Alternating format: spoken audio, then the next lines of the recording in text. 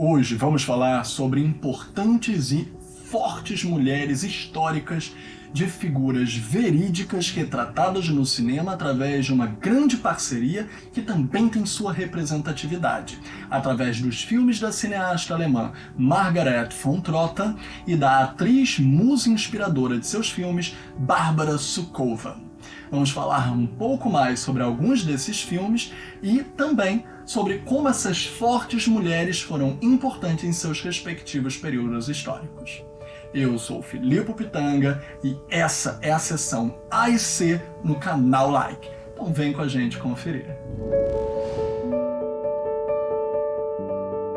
Hoje vamos falar sobre 5 filmes de uma forte parceria entre a cineasta alemã Margaret von Trotta e a atriz Barbara Sukowa, uma das maiores, reconhecidas e notadamente premiadas no mundo. Vamos começar pelo fato de que Margaret von Trotta já havia trabalhado inclusive com outros grandes cineastas da filmografia alemã,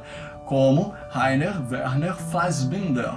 Inclusive, a própria atriz Barbara Sukowa havia sido revelada em trabalhos anteriores do mestre, como por exemplo no filme Lola e na série Berlin Alexanderplatz. Além disso, Margaret von Trotta já trabalhava com outro importante cineasta alemão,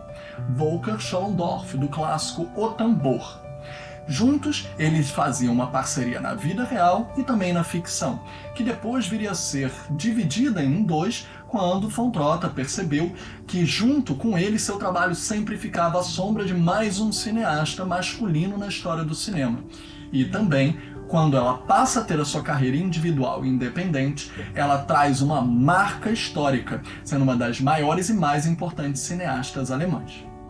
Prova disso é que seu longa-metragem Os Anos de Chumbo, de 1981, já trazendo Barbara Sukowa como uma das irmãs que luta e resiste contra todas as formas de opressão,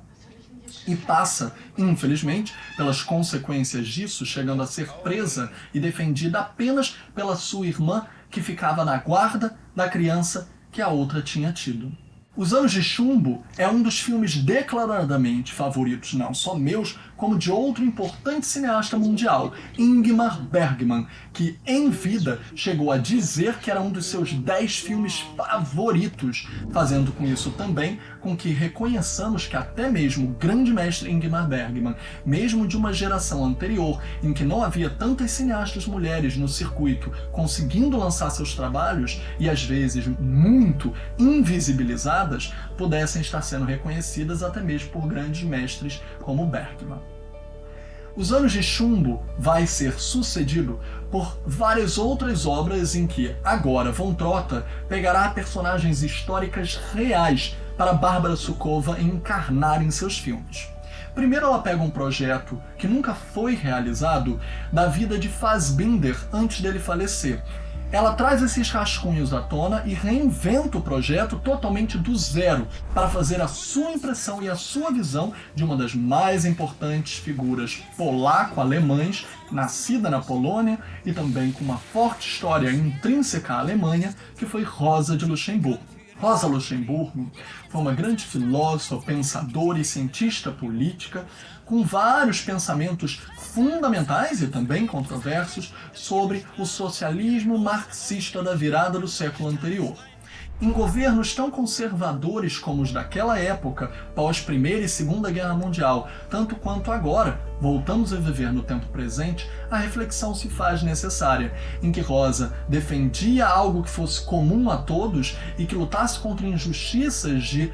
governos soberanos, mas também que a revolução era a única chave para poder dar voz ao povo e ouvi-los quando eles estão falando. Rosa Luxemburgo, infelizmente, foi presa, caçada e assassinada por um governo que, depois da Primeira Guerra Mundial e depois da instituição da República de Weimar, que era um governo de esquerda na Alemanha, trazido e evocado da Primeira Guerra Mundial, quando eles haviam perdido tudo, foi derrubado por uma facção de extrema direita e extremamente conservadora que viria ao poder como hoje notoriamente reconhecemos do governo nazista. Prova, inclusive, de que ela era uma pessoa livre e completamente sem amarras é que fez críticas duras não só ao partido que viria a matá-la, mas também àqueles que ela considerava aliados, como, por exemplo, criticando fortemente a Revolução de Lenin na Rússia, dizendo que quando eles suprimiram a Assembleia Constituinte, eles cometeram um grave erro,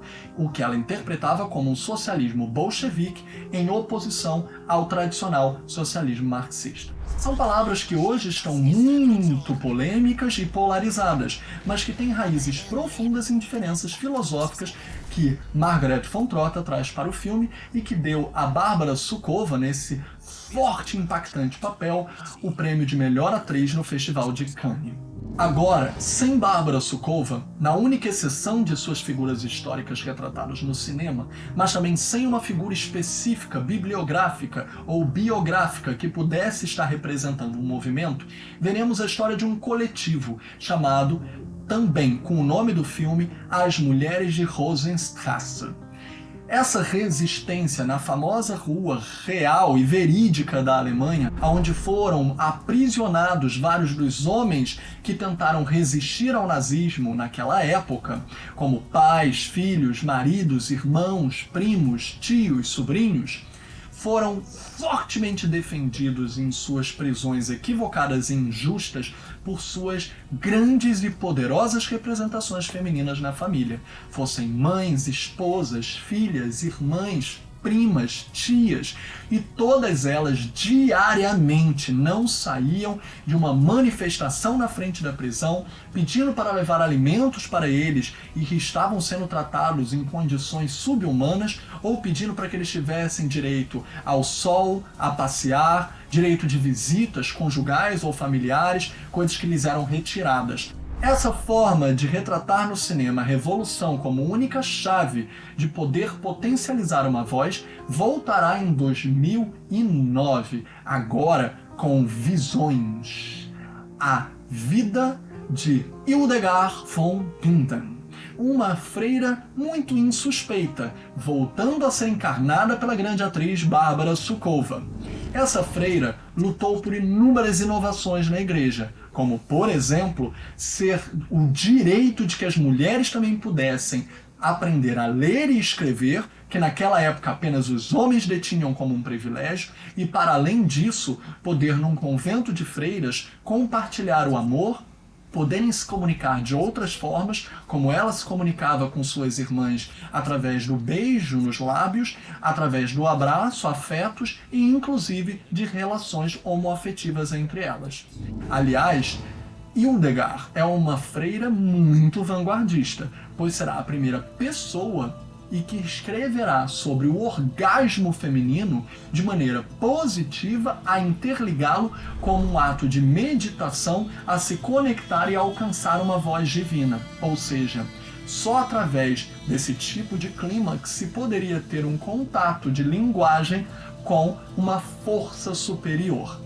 Uma reza, uma oração ou uma meditação jamais foram vistas dessa forma antes. E Hildegard, infelizmente, também seria caçada por suas inovações.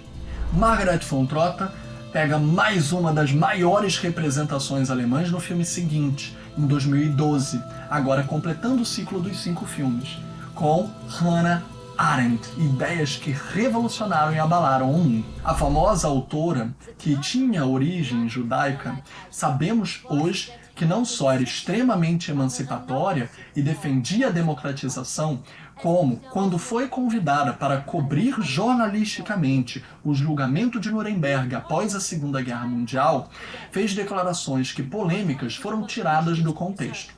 Quando ela escreve sobre a banalidade do mal, ela na verdade está falando que aquele julgamento, ao isentar de certa forma a vontade humana de cada indivíduo que seguiu ordens, sim, mas teve algum tipo de escolha, estaria falando como se o mal fosse algo que nascesse de maneira inerente e que, uma vez nato, não se daria para lutar contra ele.